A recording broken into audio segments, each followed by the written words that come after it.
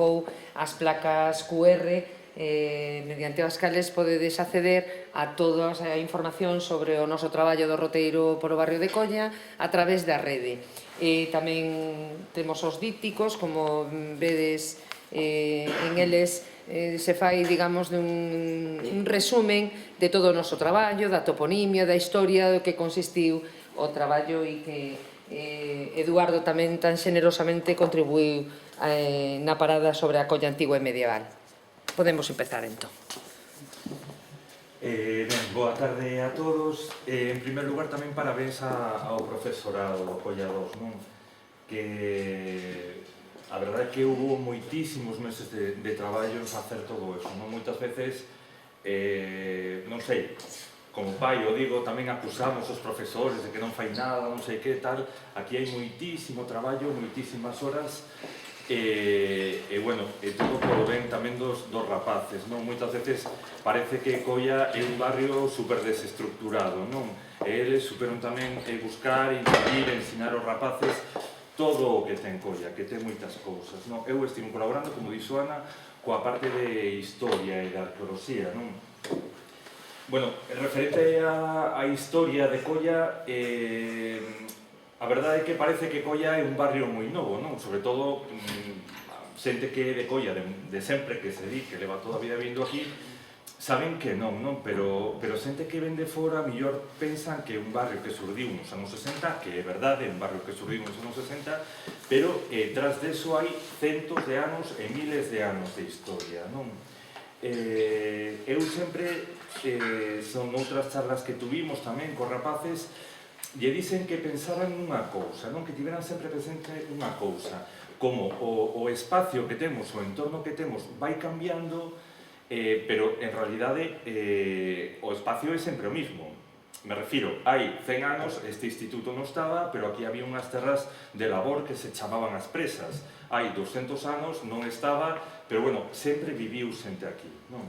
Entón, eu que quise mergullarme no pasado do barrio, non? O título da charla ven un pouco por aí, da aldea ao barrio urbano que temos agora, non? A primeira aldea da que temos constancia en Colla, máis adiante volveremos sobre eso, é o pequeno castro de Castro Castriño, un castro de O Ferro que estivo habitado máis ou menos hai uns 1400 anos, non? Perdón, 2400 anos. Vamos a ver, hai xente que coñeceu a Colla agraria que foi ata hai pouco tempo e coñece a Colla que hai actualmente, non? Aquí vedes unha imaxe, por exemplo, da Rúa Estrada cando empezaba a urbanizarse Colla nos anos 60.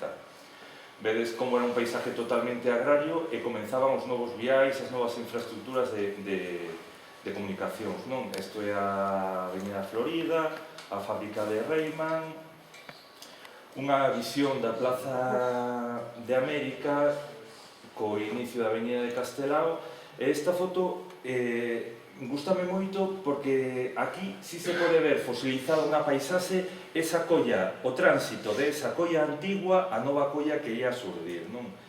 Como vedes, aquí xa está empezado o trazado da Avenida de Castelao, pero ainda continuaba toda o entramado da Colla tradicional. Como vedes, este camiño que vedes por aquí é o camiño real, Vigo-Baiona, non? Ese era o gran eixo de comunicación, durante séculos o foi, e a partir de aí, en Espiña de Peixe, surgían distintos camiños, non? Que comunicaban toda a Colla. Este era o gran eixo de comunicación, e empezou, sustituíuse por este eixo de comunicación que foi a Avenida de Castelao, non? Bueno, esta é unha foto do entorno da igrexa de San Martín de Colla cando ainda estaba o palco de música. Pero ben, eu en realidade agora quero centrarme nunha Colla que está ainda moito máis atrás que todo iso, non? Como dicía, esta Colla ainda se coñeceu, hai xente maior que coñeceu toda esa Colla rural, pero eu quero ir ainda moito máis atrás. Claro, para buscar datos de como era esa Colla de hai 200, 300, 1000, 2000 anos, non temos ni fotografías, nin temos a memoria da xente. Entón, o que tenemos que tirar é de documentos históricos, non? De varios tipos de documentación. Entón, para tratar de saber como era esa colla antigua, en primeiro lugar, temos datos arqueolóxicos. A ver, a arqueoloxía moitas veces se ve como algo exótico, non? Parece que aquí só se escava en Atapuerca, ou en Egipto, ou en moitísimos lados. Pero constantemente, na nosa cidade, se están facendo intervencións arqueolóxicas. Cada cidade, neste caso Vigo, ten catalogados varios xacementos arqueolóxicos. No caso de Vigo son 150 ou 160 xacementos arqueolóxicos catalogados dentro de Vigo. Cada xacemento arqueolóxico ten un perímetro de protección ao redor. E dentro dese perímetro de protección, calquera intervención que se fai, construir un edificio, meter gas ciudad, calquera remoción de terras, conleva que se faga un seguimento arqueolóxico. Vale? O sea que constantemente se están xerando datos arqueolóxicos no noso entorno, inda que nós non os saibamos. De acordo? Pasou aquí constantemente, no entorno de Castro Castriño, na rúa de Tomás Alonso, por esa zona, cando se mete o gas ciudad ou erro que es esa, ten que estar un arqueólogo ali a pé de obra, pois inspeccionando, de acordo? Para que non os sí salgan restos arqueolóxicos. Entón, como os decía, para saber como era esa colla antigua, a primeira fonte de coñecemento pode ser a arqueoloxía. Por exemplo, bueno, este é un bifaz que apareceu ali na zona das Casas do Rocío, estes son cravos que apareceron no xacemento de Marqués de Valterra, no xacemento romano, logo falarei del. Isto é cerámica castresa que apareceu en Castro Castriño. De acordo? Entón, a arqueoloxía como primeira fonte de coñecemento histórico. Outra fonte que temos de coñecemento histórico é a toponimia. A toponimia é o estudio do nome das cosas, non? O nome das cidades, o nome dos sitios.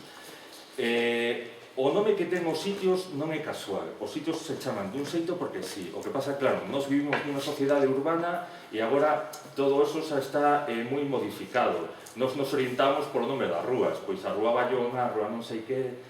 Se nós vamos agora mesmo a unha zona rural e falamos con un paisano, vamos ver como ese paisano coñece todo o seu entorno. Sabe que aquela pequena ladeira se chama non sei que aquel pequeno coto se chama non sei que aquel val se chama non sei que. Todo ten un nome e todo ten un porqué dese nome, non? Actualmente se conservan no Rueiro, nas nosas rúas, se conservan nomes de sitios, nomes de prazas que a nós, cando os vemos por aí, non os sabemos identificar, pero que en realidade ten centos de anos, non? Vedes esta foto de aquí, isto é na rúa Quintela, non sei se vos dades conta, por aquí é onde está a piscina de máis que auga. Bueno, toda esa zona se chama Praza da Tellada, non sei se vos fixases alguna vez. Bueno, ese nombre non é casual, non? Ese nombre xa aparece citado no catastro de Ensenada, non? Entón, existen hornos para fabricar tejas que pertenecen ao dominio directo del obispo e cabildo de Tui, de acordo? E como ese, temos moitos topónimos no noso entorno que teñen moitísima antigüidade, non? As Travesas, por exemplo, é un topónimo que aparece xa citado en documentos do século XVI. O mesmo o topónimo de Coia, non? Para explicar o topónimo de Coia, ata hai pouco tempo se identificaba como un derivado de collo, como un derivado de pedra. Un collo é unha pedra grande. Iván Sestai, un filólogo, el ofrece outra interpretación, que quizáis pode ser máis acertada. El di que colla deriva de coiba, con V, coiba con V, que significa como un topónimo prerromano e que significa como pequeno, bueno, como pequeno non, como val, como fondón, como sitio abrigado, non? Se nos fixamos na paisaxe, si pode ter certo sentido. Se vos fixades, por onde va agora a avenida de Castelao é como unha pequena dorsal, non? Como unha pequena zona alta que logo cae cara ao mar e logo cae cara ao río, ao Lagares, non? Entón, dende a avenida de Castelao cara ao Lagares, si é verdade que é unha zona de val, non? Entón, Iván Sestai identifica o topónimo de Colla como derivado de covia, non? E, de feito, en Asturias, el di que existen collas topónimos de collas que se refiren a zonas de val, non? Entón, probablemente o topónimo de Colla derive de zona de val. Bueno, entón xa falamos que para coñecer como era a Colla Antigua temos por unha banda arqueoloxía, por outro a toponimia e por outro tamén temos documentación antigua, planos e documentos antigos.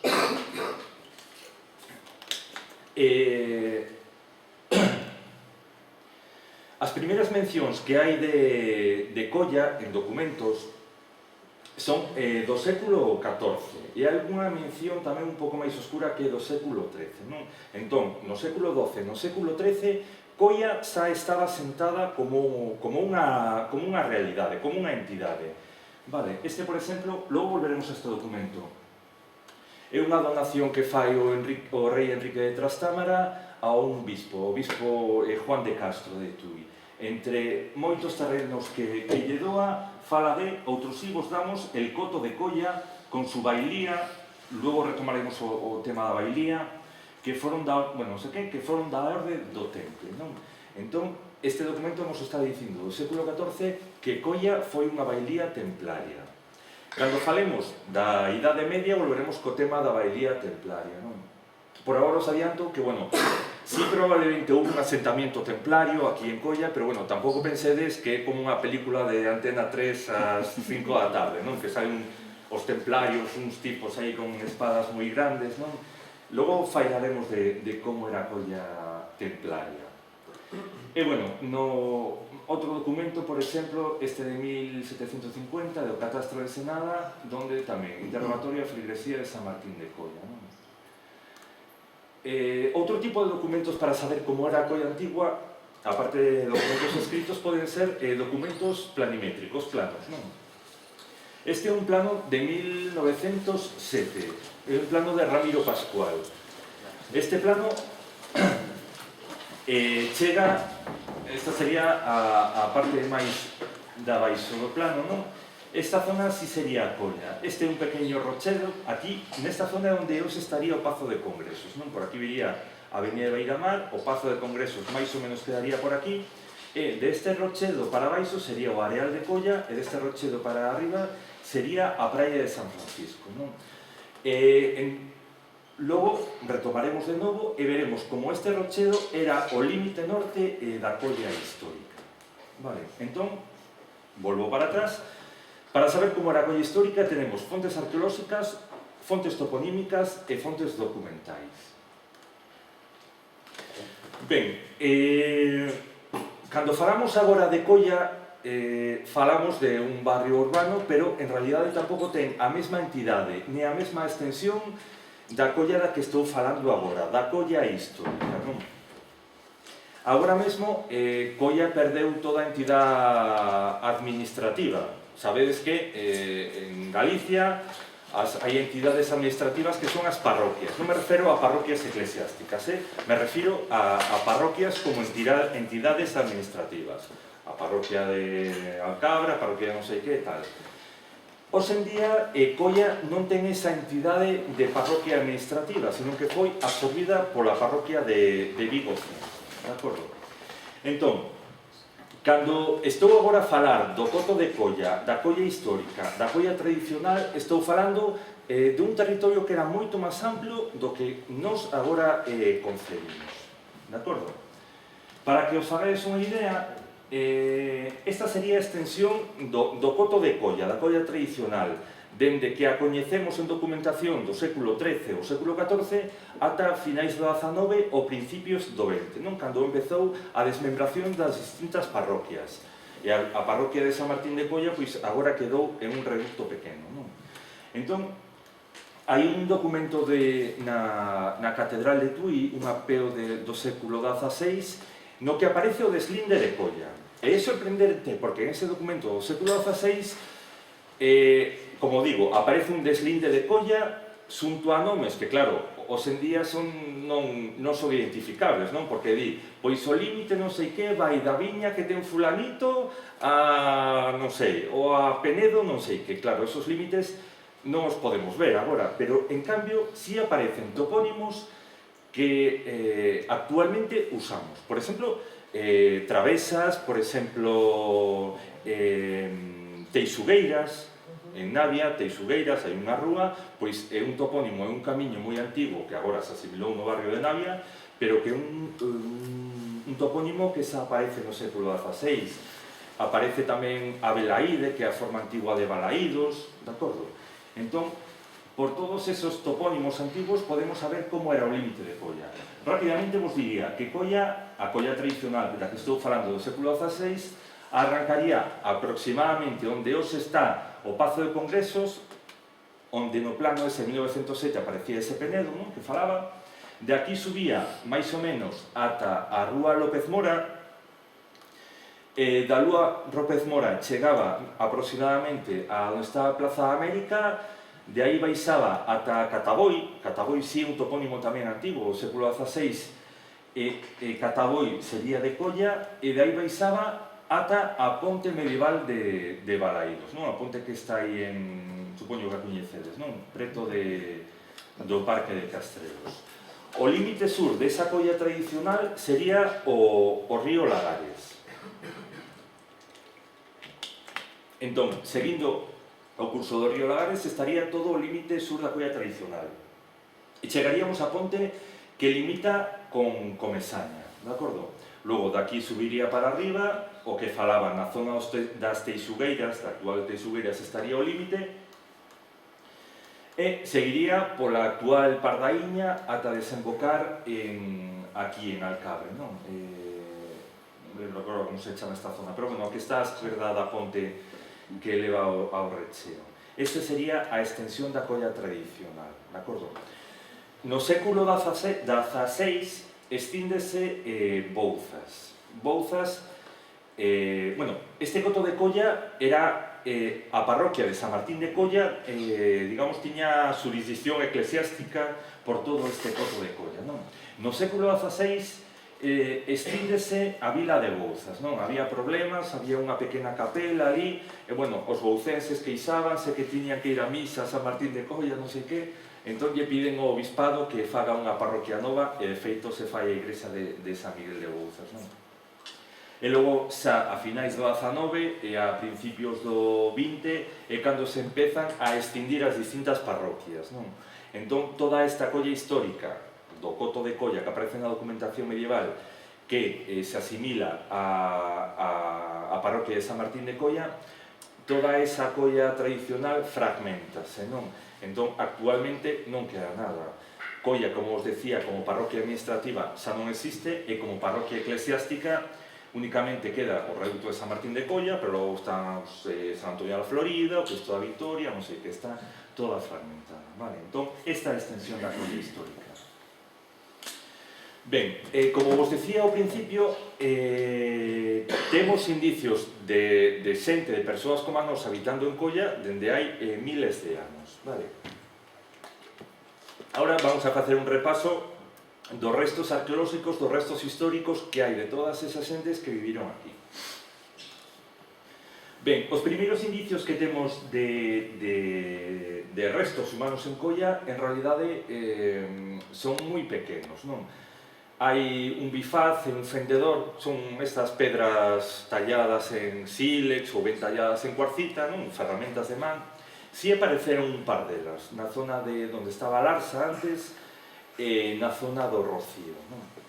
Que serían como estas, máis ou menos. Este é un dibuixo do bifaz do Rocío. Claro, isto atopouse descontextualizado, non está asociado a restos humanos, pois apareció entre terras de Recheo, pero bueno, si sabemos que aí hai miles de anos habitou xente, inda que non podemos darlle un contexto arqueolóxico, vale? Entón, como os decía, aparecen estas dúas armas de pedra, bueno, armas non útiles de pedra, e logo aparece o que se chama a pedra da chepa, que son pequenas coviñas. Esta zona queda, bueno, vedes aquí, non? Travesía da Cordoeira, aquí onde teño o cursor estaría a igrexa de San Martín de Bouzas. Nesta foto vedes aquí como dous pequenos buracos, non? Isto é unha roca, non pensedes que é cemento ni nada, isto é unha base de granito. Bueno, estes dos pequenos buratiños poden ser dúas pequenas coviñas, dous pequenos petroglifos. Claro, esta zona xa está moi modificada, non? Pero si temos noticias de historiadores de principios do século XX que falan que nesa zona estaba a pedra da chepa, que me chamaban, e que había gravados, que había petroglifos nela, non? Entón, posiblemente pudieran ser os últimos resquicios a que queda dese petroglifo. Para que vexades un paralelismo, isto non é colla, isto no Monte Tetón, bueno, aquí vedes petroglifos, non? Pois podían ser coviñas como estas que vedes por aquí. Estes pequenos buratiños circulares, non? Podemos pensar que, o millor, hai 3.000, 4.000 anos, hubo xente na zona do entorno de San Martín de Colla que gravou petroglifos como estes, vale? Agora ben, o primeiro indicio que temos de un poblamento estable dunha aldea con restos arqueolóxicos ben definidos é o poboado de Castro Castriño. Tamén engancho aquí outra vez co tema da toponimia, non? O Castriño é un topónimo que indica, pois eso, Castro pequeno, evidentemente. E si afianzouse, non? E perviviu durante moitos centos de anos ata chegar a hoxe. É un topónimo que ainda existe. Castriño é unha zona que queda de Alcampo, digamos, para baixo, ata chegar á rúa de Tomás Alonso, non? Esa zona é a zona de Castro Castriño.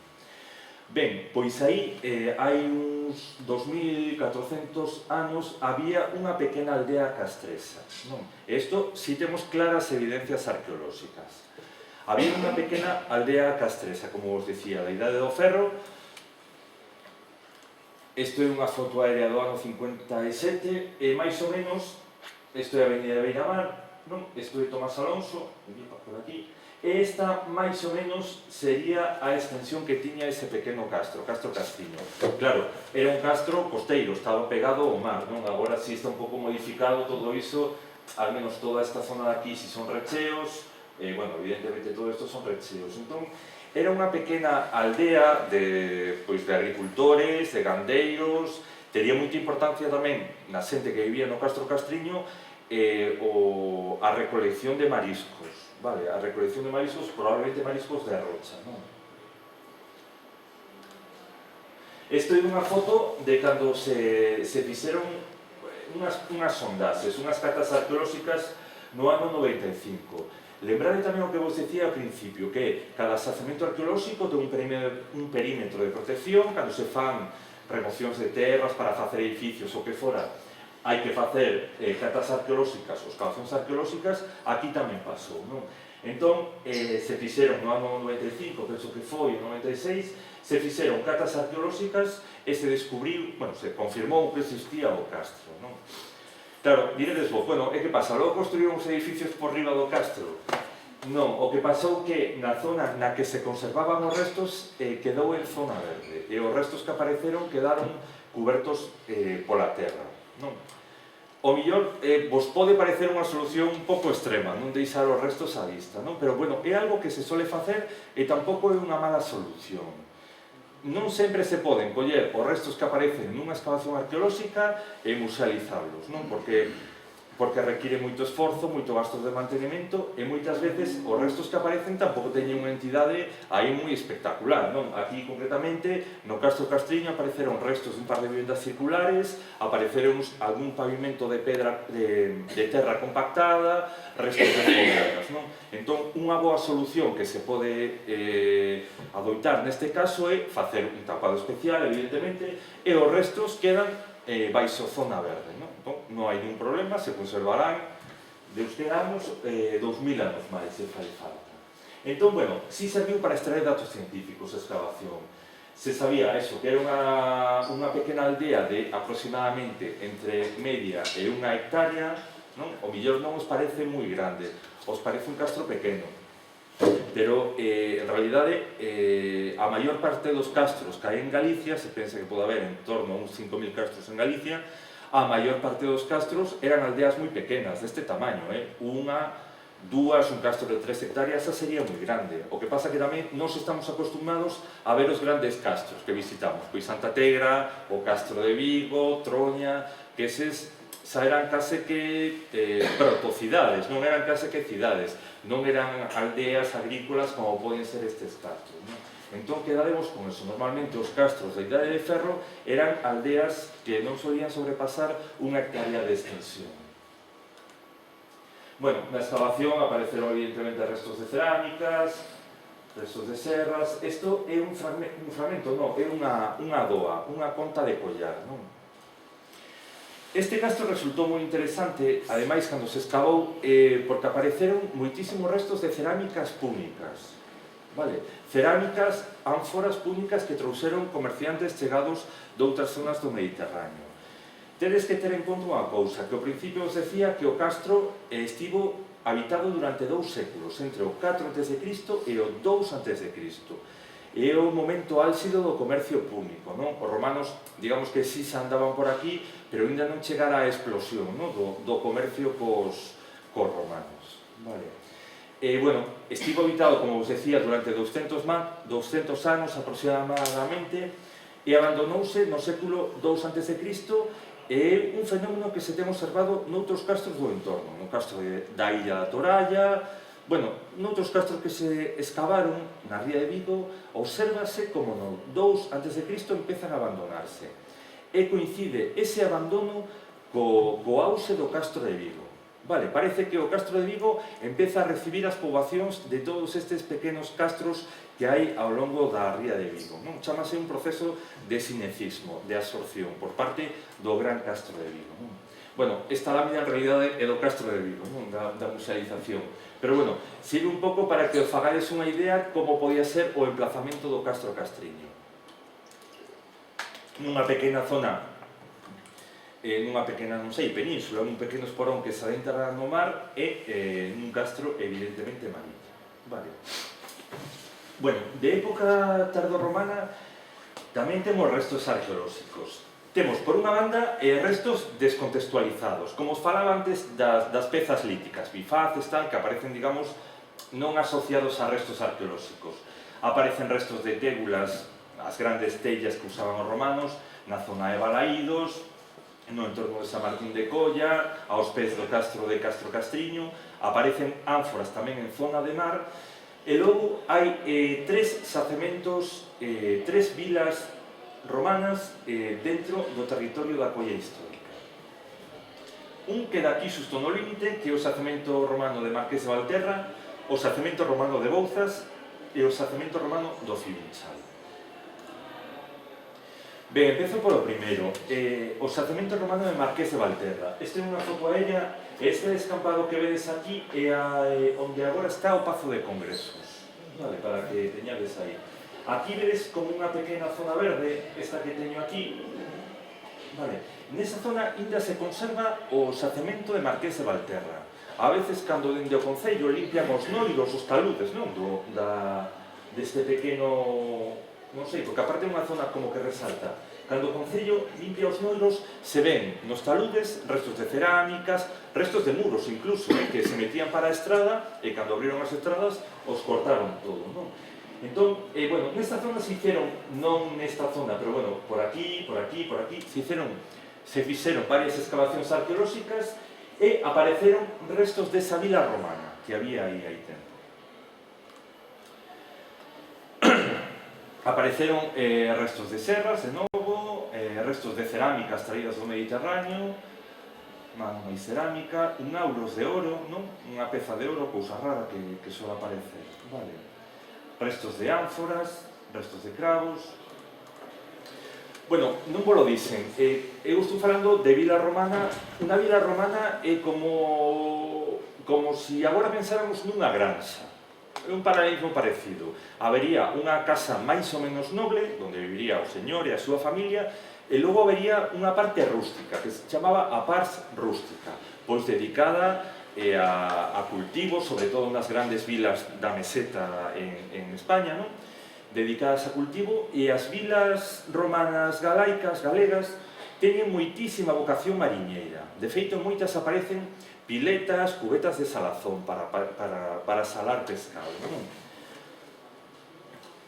Bueno, moitas veces tamén é moi difícil, a partir dun restos arqueolóxicos, interpretar como serían as cousas, non? Porque moitas veces nunha excavación aparecen restos de muro, pois todo feitos polvo, que é moi difícil interpretalo. Para que vexades como podía ser unha vila romana, teño estas fotos que é dunha vila romana de Valladolid, a vila romana de Almenara. Aquí se fixo unha recreación a tamaño natural de como podería ser unha vila romana daquela época, non? Entón, as trouxen para que vexades e que imaginedes que as vilas romanas das que vou falar agora pois poderían ser algo así tamén, non? Así podería ser unha vila romana. Alrededor dun gran patio, que é onde está aquí, pois estarían todas as estancias, non? Sería por este patio cuberto. Bueno, pois podería ser algo así. Vale, a zona do baño, zona das letrinas, paso rápido, zona de recepción, ¿no? A taberna, ¿no? A zona de cocina. Vale. Entón, eso.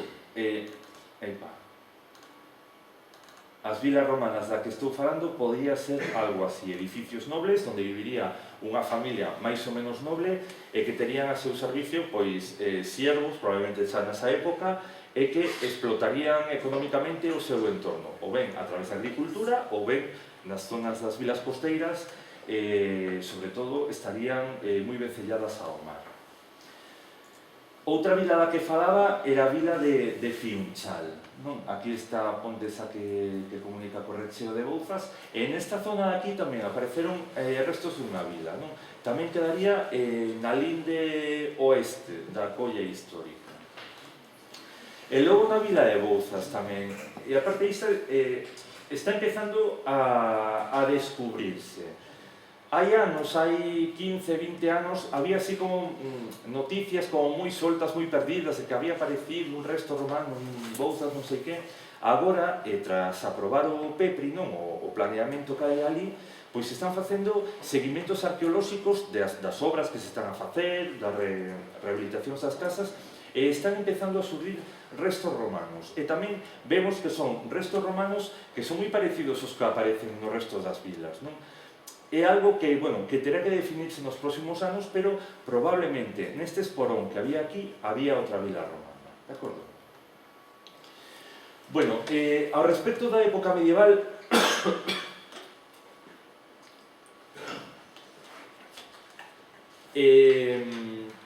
pasa algo extraño respecto da época medieval. Temos moi claro que no século XIII, probablemente no século XII, no século XIV, temos clarísimo que aquí vivía xente. Por documentos, non? Porque xa estaba consolidado o coto de Colla, porque aparecen nomes de xente que vivía aquí en Colla, Ioanes de Colla, non sei que, en outro tipo de documentos, pero, en cambio, non apareceu ningunha edificación conservada, digamos, en Colla. Fixadevos unha cousa. En Vigo houbo, no seu momento, 15 igrexas románicas, das que agora se conservan 3, pero, bueno, temos noticias de que houbo 15. En cambio, en Colla non houbo. É algo raro, non? Pero si aparecen de novo, esporádicamente, descontextualizadamente, restos que son claramente medievais. Bueno, en primeiro lugar, bueno, a ponte, non? Non é funerario, pero, bueno, marcaría o límite polo sur, non? Eu me refiro a restos funerarios que aparecen sobre todo no entorno da igrexa de San Martín de Colla. Esta pedra que vedes aquí, reaproveitada nunha parede, bueno, durante anos especulouse con que podía ser pois unha pedra extraída daquel petroglifo do que os falaba, da pedra da chepa que se quitara e se pusera aí. Hoxe en día está moi claro que é unha estela funeraria medieval, non? Como nos poñemos aí cando enterramos algunha lápida aquí xa hace fulanito, na Idade Media tamén o facía, non? Isto é moi claro que é unha estela funeraria medieval, que está reaproveitada aí nunha parede, non? Temos moitísimos paralelismos en outros puntos da península. En Portugal e en España aparecen estelas funerarias moi parecidas. A maiores desta estela funeraria apareceron descontextualizados de novo pedras como estas, non? Sillares como estes, de novo, con iconografía medieval. Ou unha basa ou un capitel dunha columna tamén de época medieval, ou un sartego medieval, un sarcófago medieval. Facendo as obras do polígono de Colla nos anos 60, apareceu no entorno da igrexa de San Martín de Colla, apareceu un sartego medieval. Entón, todos estes datos... Entón, todos estes datos fannos pensar que no entorno da igrexa de San Martín de Coia existiu un lugar de culto de época medieval, unha igrexa de época medieval, non? Sabemos que agora existe a igrexa de San Martín de Coia, que é do ano 81 ou algo así. Anteriormente a esa houve outra igrexa que aparece en documentación no século XVI, os primeiros datos, pero é moi probable que anterior ao século XVI xa existía no entorno da igrexa de San Martín de Coia unha igrexa e un cementerio de época medieval, non? Temos varios datos. Por un lado, os achádegos que estamos vendo, parecen moi evidentes. Restos de sartegos, restos de estelas funerarias. Por outro lado, a advocación a San Martín, non? A ver, a advocación a San Martín probablemente sexa xa moi antigua, non? Dice que, bueno, San Martín de Dumio, non? San Martín Dubiense sería. Dice que este señor, alá polo século VI, fundou conventos, fundou igrexas por varios sitios, non? De feito, na illa de San Martiño, nas Cíes, vamos, aí tamén existiu un cenobio, non? Con un pequeno convento que aí se sabe que é de época medieval, non? Entón, esta advocación de San Martín tamén fannos pensar que cando se estableceu a primitiva iglesia sería nunha época moi temprana, non? Logo tamén temos no entorno da igrexa de San Martín de Coia microtopónimos de orixe medieval, non? Claramente, pois Esturáns, Ganoi, son topónimos que os estudiou Iván Sestai, un lingüista, e que claramente el ve que en torno ao ano 1000 eses topónimos xa estaban asentados na paisaxe, non? Entón, son moitos datos tamén para pensar que houve unha igrexa e un cementerio nesa época. Había xente, os lugares xa tiñan un nome, hai unha advocación moi antigua e aparecen restos, non? O que é moi estrano é que non aparecera nin se conservara en documentación ninguna restos de esa antigua igrexa que é cemiterio, non? Que pudo existir nesa zona. Aquí tamén quero enganchar porque os falaba antes dos templarios, que falábamos antes, non? Hai documentos do século XIV tal que falan que Coia era unha bailía templaria. Ben, probablemente si existiu unha bailía, non? Unha bailía, digamos que era como un convento. Hai autores que falan que aquí hubo un convento fortificado en Coia, non sei que. A mí pareceme altamente improbable, non? Porque hubiera, seguramente, se hubiera algo aquí, quedaría algún tipo de pegada, inda que fora documental, inda que fora toponímico, non? Por exemplo, na zona do Castro actualmente, do que é o Castro de Vigo, existiu un castelo medieval hai moitísimos anos, o Castelo do Penso. Claro, ninguén o veu nunca, pero por documentación histórica sí se sabía que estaba aí, non? Porque, bueno, tiña certa entidade, dominaba a vila, digamos que tiña certa entidade na paisaxe, non? Entón, se aquí en Coia existiu en algún momento un convento fortificado, pois probablemente os ecos dese convento houberan chegado hasta agora, non? E non chegaron. Eu penso que é probable que sí existira un asentamiento, unha bailía templaria aquí, pero temos que pensar nun algo moito máis modesto, non? Pois unha casa cunha granxa, punto, non? Tamén, eso, desmitificar un pouco a imaxe dos templarios, que salen nas películas, tiveron moita importancia, estiveron moi presentes, pero por motivos fiscais, non? Eles eran os encargados de cobrar a visésima, que se chamaba un imposto, eles eran encargados de cobrar ao clero por todo o Occidente, por eso estaban moi extendidos, vale? Bueno, despois desa iglesia, a hipotética iglesia que fala eu da Idade Media, construíuse esta iglesia, con mellor xente a coñeceu, non? Esta iglesia demoleuse, non sei como se rematou nos anos 60, nos anos 70, non? Esta iglesia, hai documentación dela que a partir do século XVI xa existe. Era unha iglesia e que tiña un cemiterio asociado. Bueno, xa no século XX esta iglesia xa estaba moi arruinada e cando comeza a construir outra iglesia, que é esta, non? Esta foto é así moi extraña, porque esta iglesia ainda está en pé, pero se empezaron a construir a outra nova, non? Que sería esta. vai ser un proxecto de Martín de Comín, que é un arquitecto, non?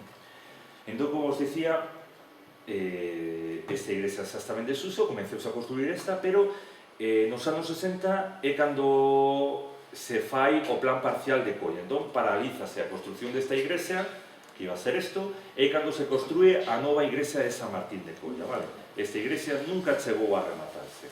E construíse a igrexa de San Martín de Colla, que reaproveitou elementos arquitectónicos que había no entorno, non? Así con moi mal gusto, además. Aquí o cruceiro está aí por riba, a espadaña da bella iglesia tamén reaproveitouse aquí, vale? Unha cruz aí nun lateral. E, bueno, e aquí é cando entramos xa no século XX, non? Colla permaneceu o que é a súa estructura agraria, a súa estructura rural, apareceu, conservouse, digamos, prácticamente intacta dende a Idade Media ata os inicios do século XX, non?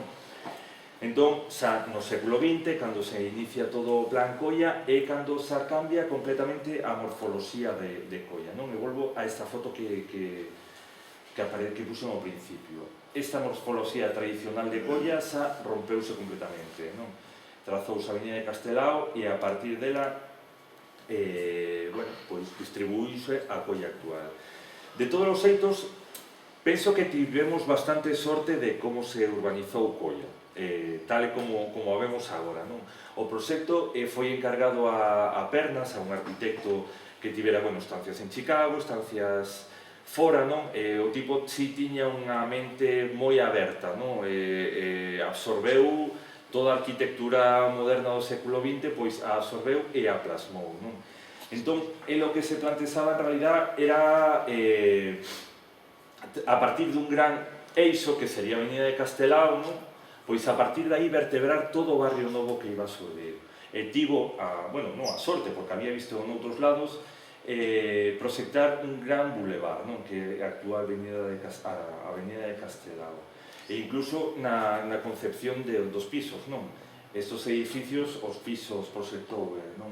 Entón, el pretendía, unha das premisas que tenía era que as zonas axardinadas, digamos, chegaran incluso ata as portas da casa, non? E, urbanizouse bastante ben Colla para o que pudo haber sido nos anos 60, non? Pouco máis, en 2000 anos pasouse dunha aldea de pescadores ao que temos agora. Vale, nada máis.